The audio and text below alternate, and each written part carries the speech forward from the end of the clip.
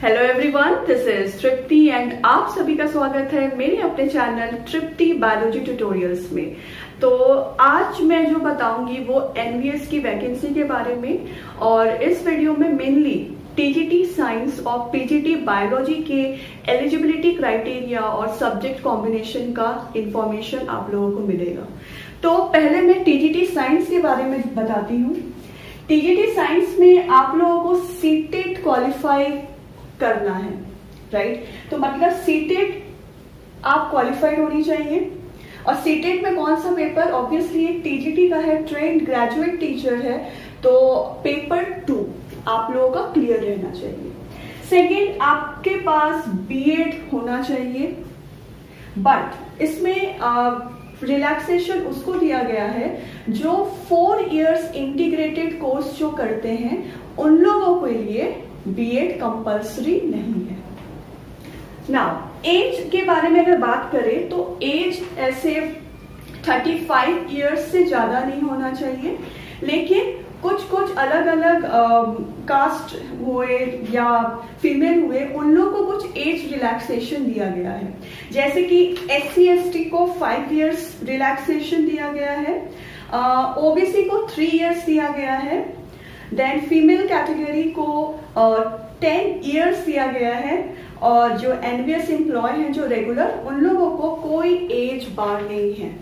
ठीक है, तो ये एक जनरल इंफॉर्मेशन है एज से रिलेटेड। ना अब मेन थिंग है सब्जेक्ट कॉम्बिनेशन, जहां पर कंफ्यूजन होता है अक्सर स्टूडेंट्स को। तो पहला चीज याद रखिएगा कि बीएससी में 50% एग्रीगेट होना चाहिए, प्लस जो आपका कंसर्न सब्जेक्ट है, या जूलॉजी है, या बॉटनी है, या केमिस्ट्री, व्हाटएवर, उसमें तो 50% होना चाहिए, प्लस एग्रीगेट पूरा आपका 50% होना ही चाहिए। ठीक है, अब कॉम्बिनेशन क्या है आपका बीएससी का 3 इयर्स में, वो हम लोग जान लेते हैं। तो पहला है कि जूलॉजी, बॉटनी एंड केमिस्ट्री, ये तीनों सब्जेक्ट आप तीनों साल, मतलब BSc first year, second year and third year, तीनों साल ये आपका सब्जेक्ट होना चाहिए। क्लियर। सेकेंड कैटेगरी क्या हो सकता है, अगर आप फुलफिल नहीं कर पाते हो तो सेकेंड कैटेगरी क्या हो सकता है, बॉटनी, जूलॉजी और केमिस्ट्री आप फर्स्ट एंड सेकेंड ईयर में पढ़े होंगे, मतलब तीनों सब्जेक्ट 2 साल पढ़ना है। लेकिन जो थर्ड ईयर है उसमें कोई 2 सब्जेक्ट आप लोगों के सब्जेक्ट्स होने चाहिए फाइनल ईयर में, इधर बॉटनी जूलॉजी का कॉम्बिनेशन हो, या जूलॉजी केमिस्ट्री का हो फाइनल ईयर में, या केमिस्ट्री बॉटनी का हो फाइनल ईयर में। क्लियर, सिर्फ वही लोग भर सकते हैं। नाउ थर्ड, आप कहीं बीएससी ऑनर्स होता है, राइट। तो बीएससी ऑनर्स, अब ये चीज जान लो, अगर आपका बॉटनी में है, या जूलॉजी में है, या केमिस्ट्री में है, ठीक है, तो फर्स्ट एंड सेकेंड ईयर में कोई 2 सब्जेक्ट, इधर बॉटनी या जूलॉजी या केमिस्ट्री में से कोई 2 सब्जेक्ट आपका फर्स्ट एंड सेकेंड ईयर में होना चाहिए। तो ये है आपका सब्जेक्ट कॉम्बिनेशन। अगर आप ये फुलफिल करते हो तभी आप फिल अप करना एप्लीकेशन फॉर्म को, अगर ये नहीं है तो आप फिल अप नहीं करेंगे। कोई मतलब यही कॉम्बिनेशन मेनली मांगते हैं एनवीएस में, टीजीटी साइंस में। क्लियर है ना। इसी से ये जो टॉपिक हुआ टीजीटी साइंस का, मैं अभी पीजीटी बायोलॉजी का भी कवर कर दे रही हूँ।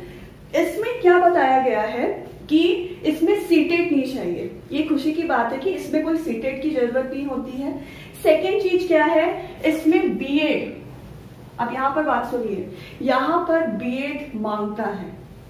बहुत सारे एग्जाम में पीजीटी बायोलॉजी में बीएड नहीं मांगते हैं, लेकिन इस एनवीएस में हम लोग क्या देख रहे हैं कि बीएड कंपल्सरी है for PGT biology also. Now अब सब्जेक्ट कॉम्बिनेशन नहीं, उससे पहले मैं एज का बता दे रही हूं। अगेन एज 40 साल से ज्यादा नहीं होना चाहिए। पीजीटी बायोलॉजी में। और अगेन जो मैंने आप लोगों को आगे बताया था कि SC ST 5 साल, OBC 3 साल, देन फीमेल कैटेगरी 10 साल, देन जो रेगुलर NVS एम्प्लॉय है उन लोगों को कोई एज बार नहीं है। तो ये हुआ पीजीटी बायोलॉजी का एज, राइट। एंड यहाँ पर जो बीएड मांग रहा है, अगेन द सेम थिंग, जो 4 इयर्स इंटीग्रेटेड कोर्स किए हैं उन लोगों के लिए बीएड की जरूरत नहीं है, ठीक है। अब आ जाते हैं मेन सब्जेक्ट कॉम्बिनेशन में। अगेन यहाँ पर भी कंफ्यूजन रहता है स्टूडेंट्स को। अब यहाँ पर जान के रखिए, यहाँ पर 50% अगेन एग्रीगेट चाहिए। जैसे इसमें बीएससी में एग्रीगेट चाहिए प्लस कंसर्न सब्जेक्ट में भी 50% चाहिए, तो इसमें एमएससी में भी 50% एग्रीगेट चाहिए आपको। अब again the main thing, subject combination क्या हो सकता है आपका। अब देखो, अगर आप एमएससी बॉटनी से किए हो या जूलॉजी से किए हो या लाइफ साइंस से किए हो या बायोलॉजिकल साइंस से किए हो या जेनेटिक्स से किए हो या माइक्रोबायोलॉजी से किए हो, बायोटेक्नोलॉजी से किए हो, मॉलिक्यूलर बायोलॉजी से किए हो, प्लांट फिजियोलॉजी से किए हो, अगर आप एमएससी किसी भी सब्जेक्ट्स में किए हो तो आप अप्लाई कर सकते हो। लेकिन अगेन जो मेन चीज है वो इसमें फंसा दिए हैं लोग। क्या फंसा दिए हैं कि यहाँ पे बोल दिया गया है क्या कि बीएससी में, एमएससी आप इनमें से किसी भी सब्जेक्ट में किए हो तो कोई बात नहीं, लेकिन बीएससी में आपके पास बॉटनी एंड जूलॉजी दोनों सब्जेक्ट, आप लोगों को ये सब्जेक्ट मतलब पढ़े होगे आप ये दोनों सब्जेक्ट, तभी आप एलिजिबल होगे।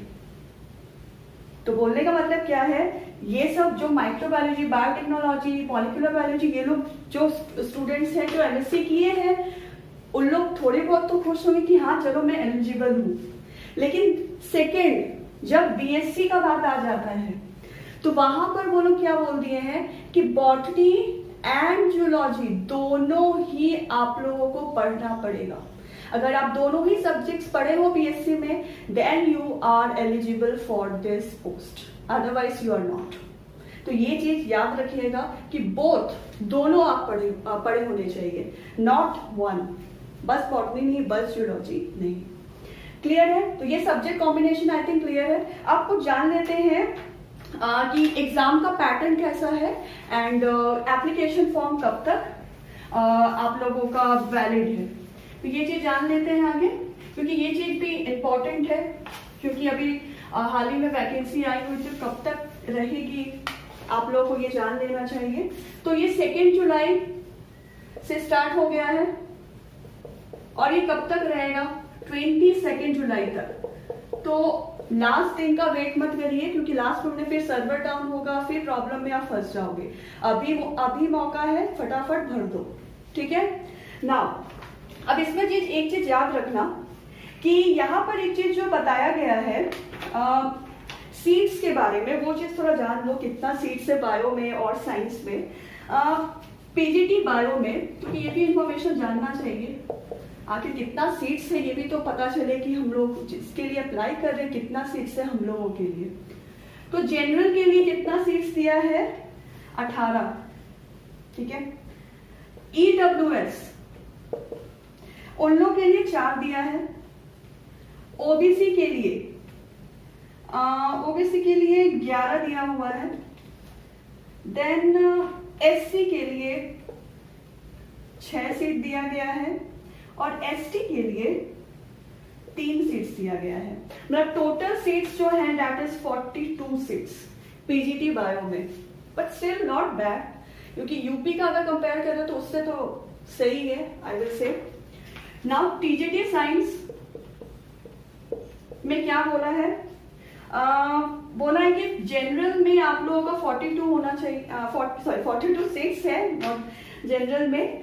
ईडब्ल्यूएस में आपका सीट्स है 10, ओबीसी में आपका सीट्स है 27, नॉट बैड। एससी कैटेगरी में सीट्स है आपका 15 एंड एसटी में सीट्स है 07। एंड अगर हम पैटर्न जान लें कि एग्जामिनेशन में क्या क्या पूछता है, कौन सा पेपर आता है, तो वो आप लोगों के लिए भी हेल्पफुल रहेगा। तो उसमें उसके बारे में भी एक बार जान लेते हैं। पार्ट 1 में जनरल अवेयरनेस होंगे जो 10 मार्क्स कैरी करते हैं। पार्ट 2 में रीजनिंग होंगे जो 20 मार्क्स कैरी करती हैं। पार्ट 3 में आईसीटी होंगे जो 10 मार्क्स कैरी करती हैं। Teaching aptitude that is part 4 that carries 10 marks. Part 5 आपका मेन सब्जेक्ट होगा that will be carrying 80 marks.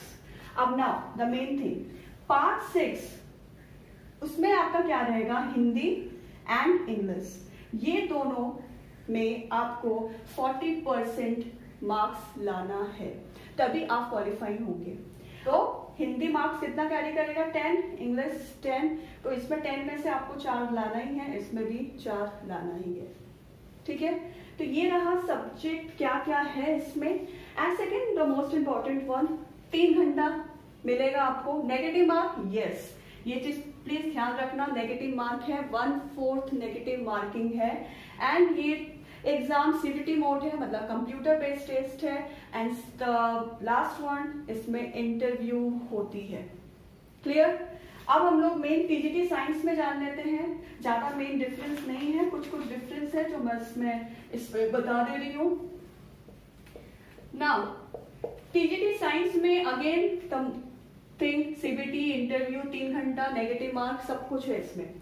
Part 1 general awareness है इसमें। पार्ट 2 रीजनिंग में ये जो 20 मार्क्स है इसमें 10 मार्क्स रहता है सिर्फ। बाकी part 3 ICT 10 marks, part 4 teaching aptitude 10 marks. And your main subject जो साइंस होगा, फिजिक्स, केमिस्ट्री, बायो व्हाटएवर, वो आपका 80 मार्क्स कैरी करेगा। And 6th again the same thing, बस इसमें क्या रहेगा, एक रीजनल लैंग्वेज भी एड ऑन हो जाएगा।